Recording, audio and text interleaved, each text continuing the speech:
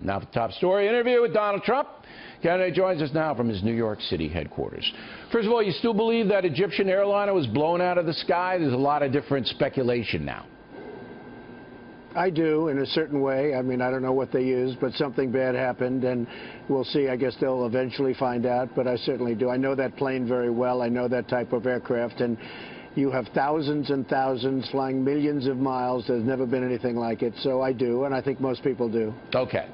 Now, would you support asking Congress for a declaration of war to fight terrorism? And then under that declaration, there would be the groups that would be that the United States would declare war on: ISIS, Al-Qaeda, Taliban. Would you favor that? Because if you're president, a declaration of war gives you more power to defeat these people. It wouldn't bother me at all doing that. We probably should have done that in the first place. Look, we are at war with these people, and they don't wear uniforms. It's not your traditional war where it's a war against Germany, Japan, or whoever. This is a war against people that are vicious, violent people that we have no idea who they are, where they come from.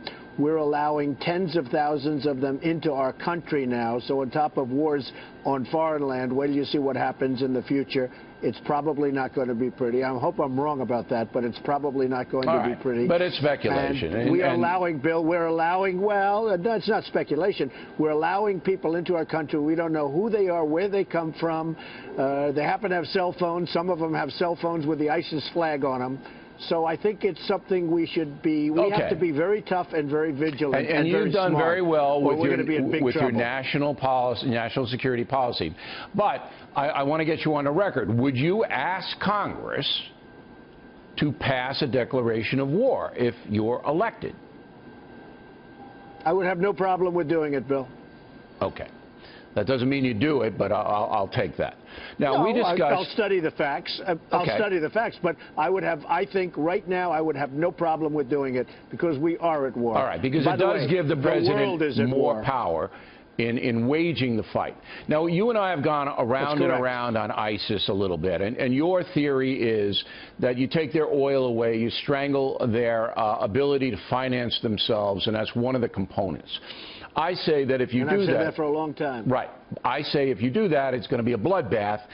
They're not going to give that oil up easy, so you're going to have ground troops to do it, and it's going to be a bloodbath. How about this? Would you support declaring that anyone buying oil from ISIS is an enemy of the state? That means an enemy of the United States. That way, anybody who buys it, we can drop a drone on. Well, you know, it depends who it is and everything else. I'm not sure I want to go that far because you could have maybe they send 2 barrels to England. Maybe they send 2 barrels to Sweden. No. You know, there's the buyers, the guys, not the secondary market, the first guys who buy it. Yeah. See, I would do that. I would say enemies of the state, you buy from ISIS, and I'm going to come get you. That would dry up their oil. That would put them out of the oil business, as they say in Texas. I can tell you right now, we're not even hitting the people that are buying it on site, the trucks and all of these we're not hitting them at all. In fact, we're not even hitting them. In fact, they say don't hit them. We have transmissions of the military saying don't hit them. Blow the hell out of them. But you'd have to declare them enemies of the state. So you'd have to do that first. By the way, in that case, absolutely 100%, because we're not hitting them. In fact, we're saying get out of your trucks. We're going to go after you. The whole thing is so preposterous what we're doing. I would vaporize those people, the trucks. I would hit so hard and so fast. Okay. Absolutely. Let's turn to a domestic issue that's getting a lot of people very angry. Right after you, we're going to have a talk with Kirsten Powers about transgendered orders from the White House. Which would basically put people who are transitioning from one sex to another but haven't done it biologically yet in a locker room. So you would have little girls, 8 to 11 or 12, with a boy who wants to be a girl in the same shower, conceivably. That could happen. And as Charlotte Observer editorialized recently, that's fine. We need to get over that. I was a little perturbed by that editorial. What say you? Well, it's not fine, and I have to tell you that I would, generally speaking, leave it to the states to decide. You know, Obama's getting into a very tricky territory. And the amazing thing is so many people are talking about this now, and we have to protect everybody, even if it's one person. But this is such a tiny part of our population. Now, with that being said, protect everybody, but I would really leave it up to the states. Do you have in your facilities, your hotels, do you have separate facilities for transgendered? Are you going to put those in? No, we don't. No, we don't have that. Are you going to put them in? I hope not, because frankly, it would be unbelievably expensive nationwide. It would be. But it's human rights. You know, hundreds of billions of dollars. It would be. Well, I don't know about human rights. I can tell you that it would be an unbelievably expensive thing to do, and I think our country really wants to be spending money on other things in terms of let's build more buildings, let's create more jobs, let's do something. But that would be an unbelievably expensive situation to do, unbelievably. And well, and frankly, the number of people we're talking about is really a small number. Yes, again, small. Protect them, but it's a very, very small number. Okay. I think it was today on the internet you put up some stuff about Hillary Clinton and Bill Clinton. It's kind of tawdry stuff, and I'm not sure that this is a good thing to do that. You're talking about what I'm doing? Well, I'm only responding to what they do. They've been nasty. She's been very nasty, and I said I'd like it to be on policy, Bill. I'd like it to be a straight right down the middle. And by the way, the one thing you didn't mention about the polls, number one, I think I am popular with people. I really do.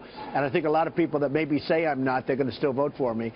But you didn't explain that I was winning in most of the polls now. I'm winning in the tracking polls, and I'm winning in most of the polls against Hillary. Well, we did that on Thursday. Which I think is maybe... We reported it first on Thursday. A lot of people maybe didn't see that show. No, everybody watches every night. Some people might not have seen that. No, they all saw it. Okay, maybe you're right. Every human being on earth knows and saw that because it goes on the internet. Okay. And you tweeted about it, and everybody reads your tweets. So that's been out. But I understand what you're trying to do here is inhibit Mrs. Clinton from attacking you personally by saying, if you play that game, then I can come back 10 times harder. I understand that. But you know that it makes the country look bad abroad and things like that. That's what worries me. I mean, I understand the Clinton attack machine. I got it. And I think it has to be dealt with somewhat. But I think maybe caution. Well, I don't like doing that. I don't like doing that, but I have no choice. When she hits me on things, I just have no choice. So you have to do it. It's unfair. And, you know, they're dirty players. They've been dirty players historically. And I have to fight back the way I have to fight back. All right. And voters will make up their mind. As I said, if it's in context, everybody, I think, will understand it. But I hope you guys both you're right. I mean, it should be issues, right? You and her on the issues. I would rather have policy and issues. Yeah. Much rather have policy and issues. And you come on this show, and you come on other shows that are not as prestigious as this. We understand why you come here, but but you're a stand-up guy. But she doesn't do that, and I think she should. I think she should answer the same kind of questions you answer. You know.